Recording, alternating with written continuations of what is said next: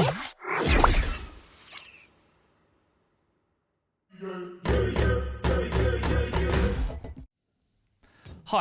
I'm Rob Kidd. I'm a sound designer at Creative Assembly, and I'm here to give you a 5-minute masterclass on how we can make sound for our games. We're going to be hunting around our house for some objects to record using an iPhone, and we're going to bring them into some software to make something new and amazing to put into our games.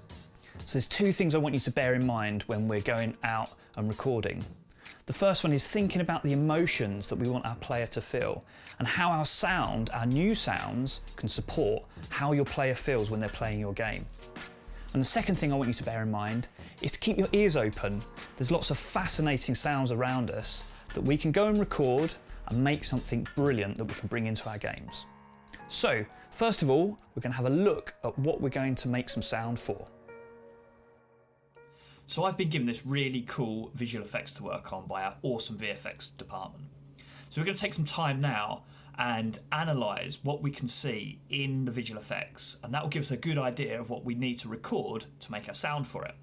So as we watch it back then, we can see a really big explosion. There's this huge wind up with lots of cool particles happening. There's like this sucking up of all this energy and particles moving around, and then a big explosion. Okay, so we're going to bear all of this in mind. Okay, so now we know what we're making, let's go and find some interesting objects to record. Okay, so we've got this thing. So I found this this cool little pot. Quite good. Got a hairbrush. Oh, you hear that? That's cool. Okay, just have a little rifle through the bins. Oh, here we go. Yeah, good stuff. Found some of these. Okay, so we've got together a nice bunch of objects now. So let's get upstairs and start recording them. I've downloaded BandLab.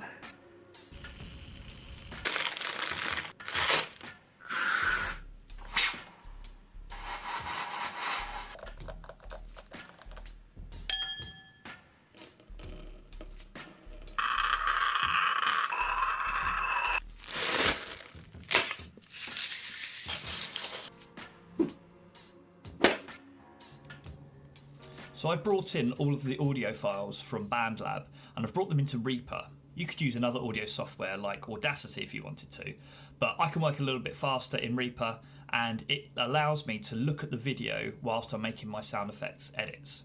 So what I'm going to do is I'm going to start layering together these sounds, bringing in small portions of each sound, bringing them together to make something new and awesome to go with the visual effects. So I'm going to go ahead and do this. I'm going to grab together all these sounds, start layering them up and manipulating them to make something new to go along with our visual effects.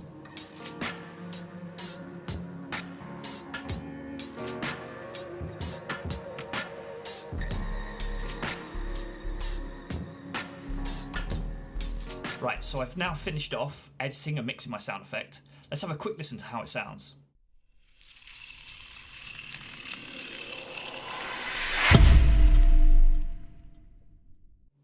So hopefully that's something you can imagine we could bring into our game now to go alongside our VFX. We're just going to take a quick look through on how I made that sound. So I ended up grouping it into 3 large groups: an impact, a riser, and then some details at the end. So let's have a look at the impact first of all. So in there we've got things like our glass hits, we've got some of our bamboo hits, and then I've used a synthesizer to create a large sub-drop. Let's have a listen to those. So there's our sub drop. And you can see underneath I've written in some automation. It's a really good way to bring life and energy to your tracks. You can grab up some of the controls on your plugins and write them into the timeline so they change over time. Here's our glass ring. So this is a glass that's been pitched down by about 24 semitones, and then we've added some effects to it to make it sound magical. Okay, moving on then, we'll have a look at the riser. So something that was really successful here was the polystyrene, and I've used this for the particles.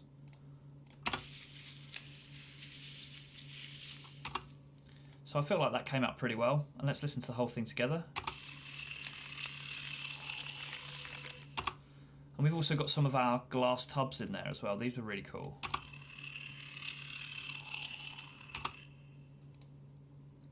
And then finally at the end here we've got some details. So this is like the starburst that comes out from the centre of the VFX.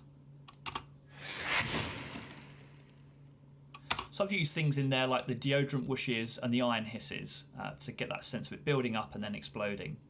You might notice in there I've also added some chimes. I found these online at Freesound. This is a really great resource that you can go and look at and grab some recorded sound effects for your project. So that pretty much wraps it up. We'll have a listen to the final thing again in a moment. But this is just the start of the story. We now need to make about 5 or 6 more variations of this so that in our game the player doesn't get fatigued by our sounds.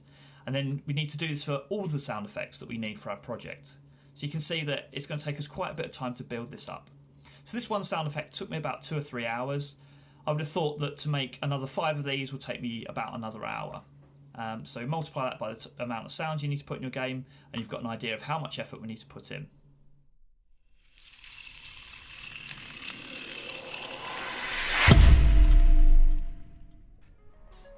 Okay, so that wraps up our masterclass. I hope that's left you feeling inspired to go and pick up a recording device and go and capture some of the sounds around you. I wish you the very best of luck for your game jam and go out and grab some of those amazing sounds and bring them into your own games.